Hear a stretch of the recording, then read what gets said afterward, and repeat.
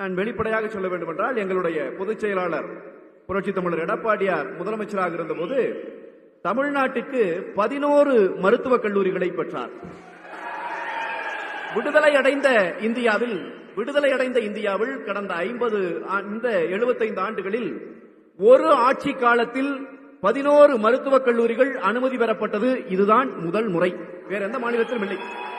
இந்த மருத்துவக் கல்லூரி அனுமதி பெற்றோம் என்று வருகிற போது பாரதிய ஜனதா நண்பர்களே சொல்லுவதுண்டு, மோடி தானே கொடுத்தார் ஆமா என்று பேசுவார்கள்.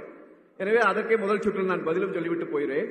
மோடி ஏன் உத்தரப்பிரதேசத்திற்கு கொடுக்கவில்லை, ஏன் தமிழ்நாட்டிற்கு கொடுத்தார்? ஏனென்றால் மருத்துவக் கல்லூரிக்கான அனுமதி வர வேண்டும் என்றால் அதற்கான நிதி ஒதுக்கி அதற்கான உட்கட்டமைப்பு வசதிகளை செய்து அதற்கு தகுதியாக எந்த மாநிலம் எந்த அரசு இருக்கிறதோ அவர்களுக்குத்தான் வழங்க முடியும், யார் நினைத்தாலும். அப்படி தகுதியான இடத்திலே தமிழ்நாட்டை கொண்டு போய் அனைத்து இந்திய அண்ணா திராவிட முன்னேற்ற கழகத்தினுடைய பொதுச் செயலாளர் அன்றைய முதலமைச்சர் வைத்தார். எனவே வாங்கினோம்.